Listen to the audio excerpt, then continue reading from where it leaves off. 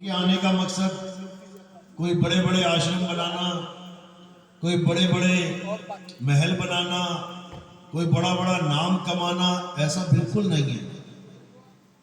उनके आने का एकमात्र एक लक्ष्य क्या है कि कैसे भी ये जीव इस काल जाल से छूट जाए, इस काल के बंधन से छूट जाए और अपने घर वापस चला जाए।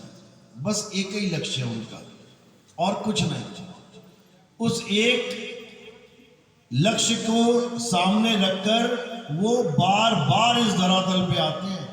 कुछ लोग मानते हैं, कुछ लोग नहीं मानते। कुछ लोग समझते हैं कि कबीर साहब कौन है, एक जुलाहा दंपति है, नीरू नीमा, उनके घर बच्चा बन के आ गए, पैदा हो गए। कई लोग मानते हैं नहीं, नीरू नीमा के बच्चे नहीं हैं, वो किसी विधवा ब्राह्मणी के बच्चे थे।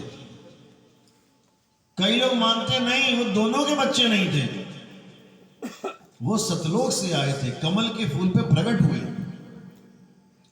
तो अलग अलग विचारधारा, अलग अलग ज्ञान लेके लोग कबीर साहब के बारे में इतिहास लिख के चले गए, लेकिन जो असलियत है वो कुछ और है। कबीर साहब किसी मां बाप से पैदा नहीं होते।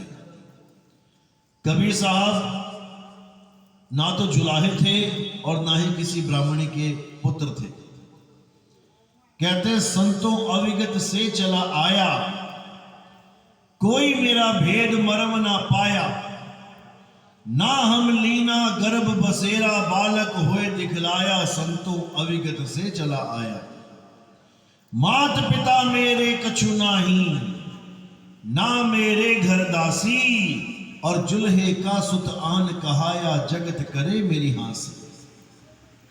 कहते हैं जैसे आम दुनिया में जीव आता है, हम वैसे नहीं आते। इसीलिए 52 कसमियां जब ली गई कबीर साहब की, तो एक भी कसमी से उनको कोई नुकसान नहीं हो पाया। 52 बार मारने की कोशिश की गई, एक बार भी नहीं कोई भी हानि पहुंचा पाया।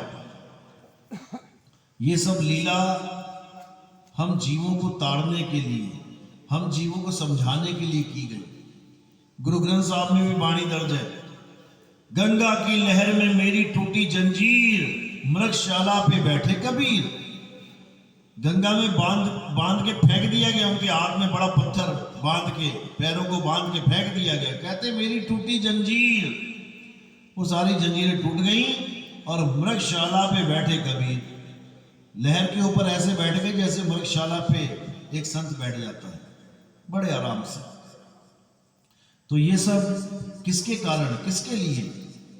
हम लोगों के लिए, इस जीव के लिए। युगन युगन हम आए चेतावा, कोई कोई हंस हमारा हो।